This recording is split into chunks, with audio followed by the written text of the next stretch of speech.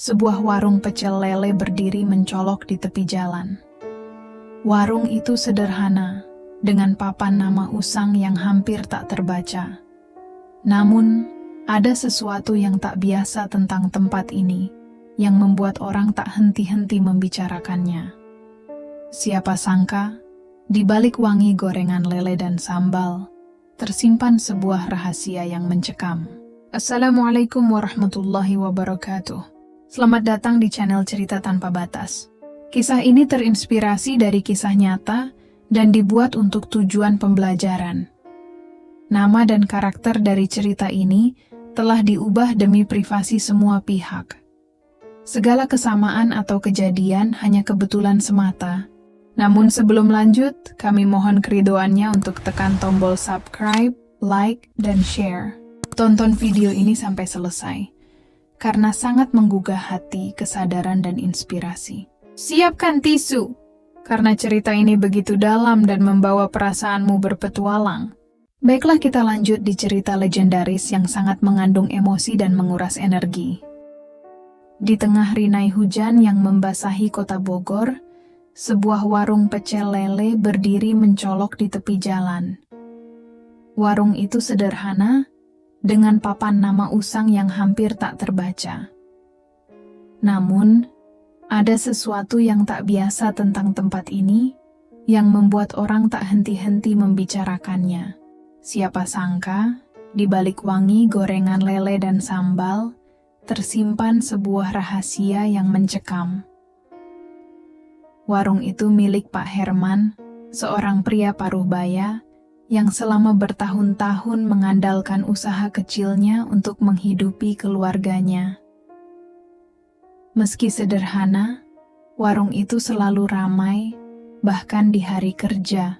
Tetapi, belakangan ini, sesuatu yang aneh mulai terjadi. Lampu di warung sering berkedip tanpa alasan, dan aroma misterius yang menyerupai bau dupa muncul setiap malam, membuat orang yang lewat merasa merinding. Warung Pak Herman mendadak menjadi pusat perhatian.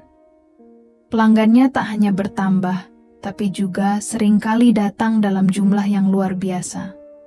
Bahkan di malam yang paling sunyi, ada saja orang yang mampir untuk makan pecel lele di sana. Para tetangga mulai berbisik-bisik. Bagaimana bisa warung sekecil itu mendadak seramai pasar malam? Tanya Bu Siti, tetangga sebelah. Ada yang berseloroh, mungkin Pak Herman memiliki resep rahasia. Namun, bisikan lain menyebutkan kemungkinan adanya pesugihan. Anak Pak Herman, Lila, seorang mahasiswa, mulai curiga. Ia sering mendengar suara-suara aneh dari dapur tengah malam, seperti suara orang berbicara sendiri. Ketika ditanya, Pak Herman hanya tersenyum dan berkata, "Itu cuma suara radio, Lila. Jangan berpikiran yang aneh-aneh." Suatu malam, rasa penasaran Lila memuncak. Ia memutuskan untuk mengintip aktivitas ayahnya di dapur. Namun, apa yang dilihatnya membuat bulu kuduknya meremang. Ayahnya duduk di lantai dengan mangkuk berisi darah ayam. Mulutnya komat-kamit melafalkan sesuatu yang tak dimengerti. Lila ketakutan, tetapi ia memilih untuk tidak langsung bertanya. Ia ingin memastikan lebih dulu. Ia mulai memperhatikan lebih detail setiap aspek dari warung pecel lele itu. Ternyata, pelanggan yang datang seringkali tampak seperti dalam keadaan linglung. Mereka memesan, makan, lalu pergi tanpa banyak bicara. Lila akhirnya memberanikan diri untuk menanyakan hal ini kepada ibunya. Malam itu, setelah makan malam, ia duduk berdua dengan Bu Anissa di ruang tamu. Ia memperhatikan wajah ibunya yang tampak letih, seperti menyimpan beban yang sangat berat. "Ibu," panggil Lila pelan, suaranya nyaris berbisik. "Apa yang sebenarnya sedang terjadi dengan ayah dan warung kita?" Pertanyaan itu menggantung di udara, mengisi ruangan dengan keheningan yang mendalam.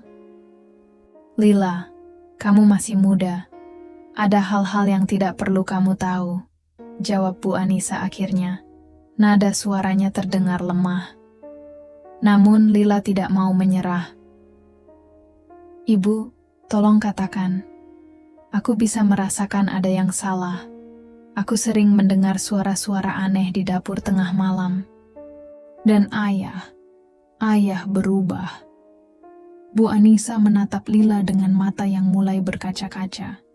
Jangan ikut campur urusan ayahmu, nak. Dia melakukannya demi kita, demi kamu. Kata-kata itu tidak membuat Lila tenang. Sebaliknya, ia semakin gelisah. Apa yang sebenarnya sedang terjadi? Ia tidak mendapatkan jawaban dari ibunya, tetapi ia tahu bahwa ia harus mencari kebenarannya sendiri. Merasa tidak mendapat jawaban, Lila mulai berbicara dengan teman-temannya di kampus. Ia memilih teman-teman yang dikenal sering membahas hal-hal mistis. Salah satunya Rani, langsung menunjukkan ketertarikan ketika Lila menceritakan kejadian-kejadian aneh di rumahnya. Mungkin ada pesugihan, kata Rani dengan mata melebar. Kalau mau tahu lebih banyak, kau bisa pergi ke dukun di pinggiran kota. Dia terkenal bisa menangani hal-hal seperti ini. Malam itu, Lila memikirkan saran Rani. Hatinya berat. Bagaimana jika semua ini benar? Apa yang harus ia lakukan jika menemukan bukti yang tidak bisa dibantah? Dengan hati berat, Lila akhirnya memutuskan untuk menemui dukun yang disebutkan Rani. Perjalanannya ke pinggiran kota terasa panjang dan mencekam. Jalanan gelap dan sempit, dengan hanya beberapa lampu jalan yang menerangi. Sesampainya di rumah dukun itu, ia disambut oleh seorang nenek tua yang memperkenalkan dirinya sebagai Ma Eyang. Kau datang dengan beban yang berat, kata Ma Eyang. Tatapannya tajam menembus Lila.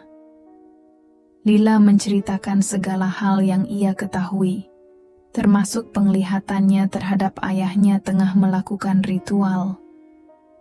Ma Eyang mendengarkan dengan seksama, hanya mengangguk sesekali.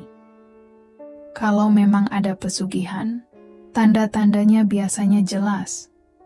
Ada makhluk lain yang membantu, kata Ma Eyang akhirnya. Tapi kau harus memastikan. Jangan bertindak tanpa bukti. Ia memberikan Lila sebatang dupa dan instruksi yang sangat spesifik. Bakar ini di dapurmu tengah malam. Jika ada sesuatu yang tidak beres, kau akan melihatnya. Ma Eyang memberikan Lila sebatang dupa dan memintanya membakar itu di tengah malam di dapur. Jika ada sesuatu yang tidak beres, kau akan melihatnya, ujarnya dengan tegas. Malam itu, dengan jantung berdebar kencang, Lila mengikuti saran Mak Eyang. Ia menunggu hingga semua orang di rumahnya tertidur, lalu menuju dapur dengan dupa di tangan. Tangan Lila gemetar saat menyalakan dupa itu. Asap tipis mulai mengepul, memenuhi ruangan dengan aroma yang asing. Udara di sekitarnya perlahan menjadi dingin, membuat bulu kuduknya berdiri. Lila memperhatikan setiap sudut dapur, matanya mencoba menangkap apapun yang mungkin muncul. Tak lama kemudian, ia melihatnya. Bayangan hitam perlahan muncul di sudut ruangan. Wujudnya seperti manusia, tetapi tidak sepenuhnya. Matanya merah menyala, menatap langsung ke arah Lila. Bayangan itu berbentuk menyerupai manusia, tetapi matanya merah menyala. Suaranya dalam dan serak. "Apa yang kau lakukan di sini?" tanyanya. Lila hampir pingsan, tetapi ia berhasil mengumpulkan keberanian untuk menjawab. "Aku ingin tahu apa yang terjadi dengan ayahku." "Apa yang kau lakukan di sini?" tanya bayangan itu, suaranya dalam dan serak. Lila hampir menjatuhkan dupa yang dipegangnya. Kakinya gemetar, tetapi ia mencoba mengumpulkan keberanian. Aku ingin tahu apa yang terjadi dengan ayahku, jawabnya, suaranya bergetar. Bayangan itu mendekat, dan Lila merasa napasnya terhenti. Ayahmu membuat perjanjian denganku, kata makhluk itu. Suaranya kini terdengar seperti gumaman yang menggema. Pecel lelenya akan selalu laris, tetapi ada harga yang harus dibayar. Lila menatap makhluk itu dengan mata penuh ketakutan. Harga apa? Tanyanya, meskipun ia hampir tidak ingin tahu jawabannya. Makhluk itu tertawa kecil. Suara tawanya menggema di seluruh ruangan. Pengorbanan, katanya singkat. Kebahagiaan keluargamu. Semakin besar keuntungan, semakin besar pula penderitaan yang kalian rasakan. Lila merasakan air mata mengalir di pipinya. Ia mulai menyadari bahwa kebahagiaan keluarganya telah menghilang perlahan sejak warung itu menjadi ramai. Ibunya yang dulu ceria kini tampak selalu murung, dan ayahnya menjadi sosok yang tertutup. Bahkan hubungan di antara mereka semakin renggang. Kenapa ayahku melakukan ini? Bisiknya, meskipun ia tahu makhluk itu tidak akan memberinya jawaban. Makhluk itu perlahan memudar, meninggalkan Lila dalam kegelapan yang sunyi. Ia berdiri di sana, memegang dupa yang kini hampir habis, dengan hati yang penuh pertanyaan dan ketakutan. Ia tahu bahwa ia harus melakukan sesuatu, tetapi ia tidak tahu harus mulai dari mana. Makhluk itu menjelaskan bahwa setiap kesuksesan warung itu membutuhkan pengorbanan. Bukan hanya dalam bentuk sesajen, tetapi juga kebahagiaan keluarganya. Semakin besar keuntungan, semakin besar pula penderitaan yang akan kau rasakan, tambahnya. Lila mulai menangis. Ia menyadari bahwa kebahagiaan keluarganya mulai memudar sejak warung itu menjadi ramai. Ibunya sering tampak murung, dan ayahnya menjadi lebih pendiam. Bahkan hubungan antara anggota keluarga pun semakin renggang. Keesokan harinya, Lila mengonfrontasi ayahnya. Ayah, apa benar kita melakukan pesugihan? Tanyanya dengan suara bergetar. Pak Herman terdiam lama, sebelum akhirnya mengangguk perlahan. Ayah hanya ingin kita hidup lebih baik, nak. Lila merasa marah sekaligus sedih. Ia tidak menyangka bahwa ayahnya bisa melakukan hal seperti itu. Namun, ia tahu bahwa ia harus menemukan cara untuk menghentikan semua ini. Ia kembali menemui Mak Eyang untuk meminta bantuan. Mak Eyang memberitahu bahwa memutus perjanjian dengan makhluk itu tidaklah mudah. Kau harus memberikan sesuatu yang lebih berharga dari apa yang telah dia dapatkan, katanya. Lila bingung, tetapi ia tahu ia harus mencobanya. Di malam berikutnya, Lila kembali ke dapur dengan dupa dan berbagai sesajen yang disarankan Mak Eyang. Ia memanggil makhluk itu dan berkata, "Aku ingin memutus perjanjian ini. Apa yang harus kulakukan?" Makhluk itu tertawa lagi, kali ini lebih keras. "Berikan jiwamu," katanya singkat. Lila terdiam. Ia tahu bahwa ini adalah keputusan yang berat, tetapi ia tidak bisa membiarkan keluarganya terus menderita. Dengan air mata berlinang, ia berkata, "Ambillah, asal keluargaku bebas dari kutukan ini." Malam itu, sebuah kesunyian panjang menyelimuti warung pecel lele. Pagi harinya, warung itu tutup selamanya, tetapi senyum kembali hadir di wajah keluarga Lila.